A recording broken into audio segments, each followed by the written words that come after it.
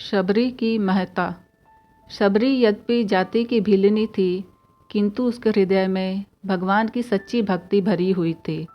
बाहर से वह जितनी गंदी दिख पड़ती थी, अंदर से उसका अंतःकरण उतना ही पवित्र और स्वच्छ था। वह जो कुछ करती भगवान के नाम पे करती। भगवान के दर्शनों की उसे बड़ी लालसा थी। उसे विश्वास था कि एक दिन उसे भगवान के दर्शन अवश्य होंगे। शबरी जहाँ रहती थी, उस वन में अनेक ऋषियों के आश्रम थे। उसकी उन ऋषियों की सेवा करने और उनसे भगवान की कथा सुनने की बड़ी इच्छा रहती थी। अनेक ऋषियों ने उसे नीच जाति का होने के कारण कथा सुनाना स्वीकार नहीं किया और स्वान की भांति दुत्कार दिया, किंतु इससे उसके हृदय में ना कोई क्षोभ उत्पन्न हुआ और ना निराशा। उसने ऋषियों की सेवा करने की एक युक्ति निकाल ली।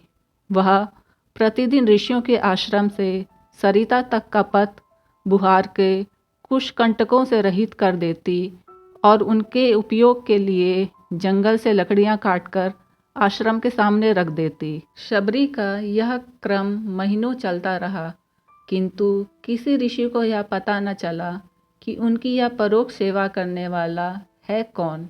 इस गोपनीयता का कारण यह था कि शबरी आधी रात रहे ही जाकर अपना काम पूरा कराया करती थी।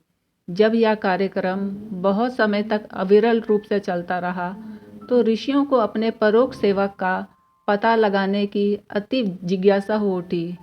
निदान उन्होंने एक रात जगकर पता लगा लिया कि यह वही भीलनी है जिसे अनेक बार दुत्कार कर द्वार से भगाया जा चुका था। तपस्वियों ने अंतर्जी महिला की सेवा स्वीकार करने में परंपराओं पर आघात होते देखा और उसे उनके धर्म कर्मों में किसी प्रकार भाग न लेने के लिए धमकाने लगे। मातंग ऋषि से यह सब न देखा गया। वे शबरी को अपने कुटी के समीप ठहराने के लिए ले गए।